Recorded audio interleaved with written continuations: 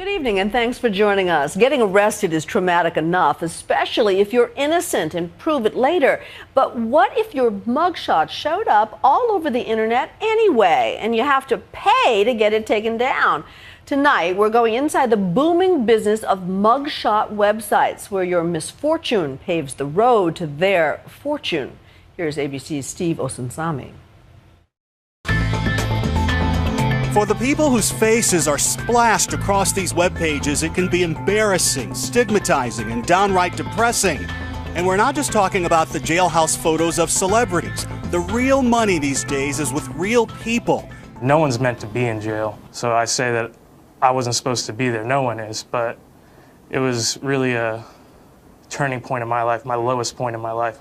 Michael Needham admits he's not a perfect young man by any means, but says this mugshot from his DUI arrest in Georgia is now available with every internet search of his name. Stuff follows you forever, and it feels like I'm a little fish in a big pond, and it's hard to fight these mugshot companies. I don't really know who to turn to try to make these things go away. The former ROTC cadet says that God is forgiving, but the websites that publish his photos are not.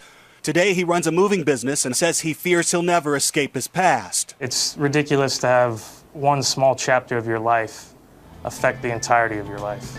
We found dozens of mugshot websites still running strong, and in most states their work is perfectly legal. They stand behind sunshine laws that allow them to legally download booking photos and other open records from police websites, sometimes the very second those files are released.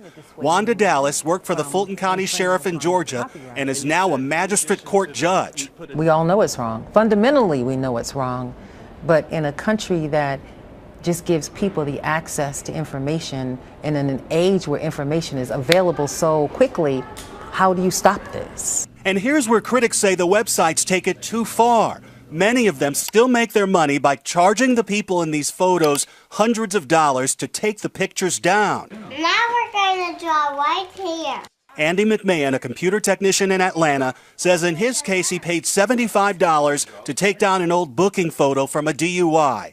He says he hasn't had a drink in several years, and now he's a family man with 2 kids. And after they took it down, they just started popping up everywhere. It's kind of like whack-a-mole. You know, you hit one down and they just pop up other places. Sophia Andrade says she's innocent, and a court agrees. It's like you can't move on with your life. I mean, everybody goes to Google now and to see who you are. I'm not a criminal. I'm not charged with anything. She says she was the victim and felt violated by mugshot websites. There you are.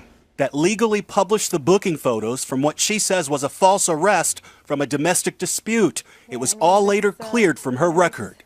Just to have that online is just a constant reminder of my nightmare. When she asked just one of these sites to keep her photos private, they said yes, but she'd have to pay $399, and she refused. All they want is money to take the pictures down. It's not just that I take my photograph down on this site. It comes down on this site and it pops up somewhere else over and over and over again. So when does it stop? We found several pages like TampaCriminals.com that explain how they still charge to remove booking photos even if the person in the picture was cleared. Question: if I was found not guilty or had my record expunged, will you remove my mugshot for free? Their answer: no. Question: how do you sleep at night? Their answer: just like you, in a bed, cuddling with the freedom of speech, an American flag, and the King James Bible. We went looking for a voice from the mugshot website industry, but found that contact information on the sites often led nowhere. So you're just a businessman. Absolutely. In this scenario. A businessman and an advocate. We did find this man in Louisiana who asked to remain in shadow. Think of how many people have been arrested. Now put a small service fee on that amount of people, and you can see why the industry is sort of taken off. He told us to call him TJ and says he's just a middleman, hired by thousands of Americans each year, desperate to get their booking photos taken down. On his website that offers reputation repair, he charges up to $1,300 for his services, and he swears that he's not in bed with the owners of these sites. Is this a dirty business that you're in? I don't consider it dirty, what I do.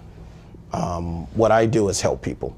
What you're basically doing is saying, if you don't pay me, I'm going to leave this damaging photo of you out on the internet. When we first told this story earlier this year, Georgia lawmaker Roger Bruce was pushing a bill that would make it a crime for a website to charge someone in Georgia to remove a mugshot photo. After our report, nearly every state lawmaker supported his bill, and it became law. The Georgia governor signing it, joining a handful of states now trying to protect residents with booking photos. If your mugshot is out there and you call them, they have 30 days to remove it. If they don't remove it, now they are in violation of the law. The credit card companies are now helping lawmakers like Bruce in a big way, refusing to process transactions for mugshot operators. American Express says when the sites were brought to our attention, we conducted a detailed review and canceled as appropriate. And PayPal says they have a new policy, account suspension of any mugshot site that requires payment for removal. Even search engine giant Google making headlines with a new algorithm targeting the industry. Mugshot websites now push far down the list of average search results. The websites are, though, difficult to keep track, because as much as you and other lawmakers who've gone after them have put a dent in some of their business, they're still running. While we can't stop people from breaking the law, we now have methods in place to enforce it and to hopefully drive these people out of business and if they continue to break the law, to prosecute them. In an email, we heard back from the owners of BustedMugshots.com, a popular site now facing a lawsuit from more than 250,000 people in Ohio, accusing the company of exploiting their photos for commercial gain. Company CEO Kyle Prowl told us he's providing a public service, saying that we feel that the public's right to know about local arrests and crime outweighs this concern, which is one of the main reasons the public records laws have determined these records must be disclosed to the public. He told us in March that his company removes photos for free when the person shows they've been exonerated. But this is what his website says tonight. We're in the process of altering our arrest record removal policy and are unable to remove this record at this time. Effective immediately, we will no longer be accepting payment for any record removal. Our insider says this is the result of new laws against the industry. He says the websites will keep rolling on without ever taking any pictures down. She was arrested today and her photo is already online. He says the real problem is the law, and that the industry would go away if authorities stopped treating booking photos like trophies. The police can stop this overnight, and this is the part that no one is talking about. Why are we posting the mugshot of someone who simply missed traffic court? Sophia Andrade has become the face and the emotional fire in the fight against the mugshot industry.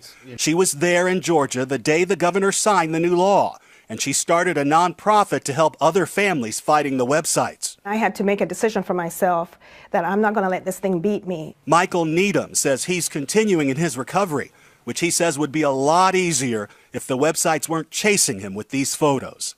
People make mistakes. Those mistakes shouldn't hold someone back for the rest of their life. For Nightline, I'm Steve Osinsami in Atlanta.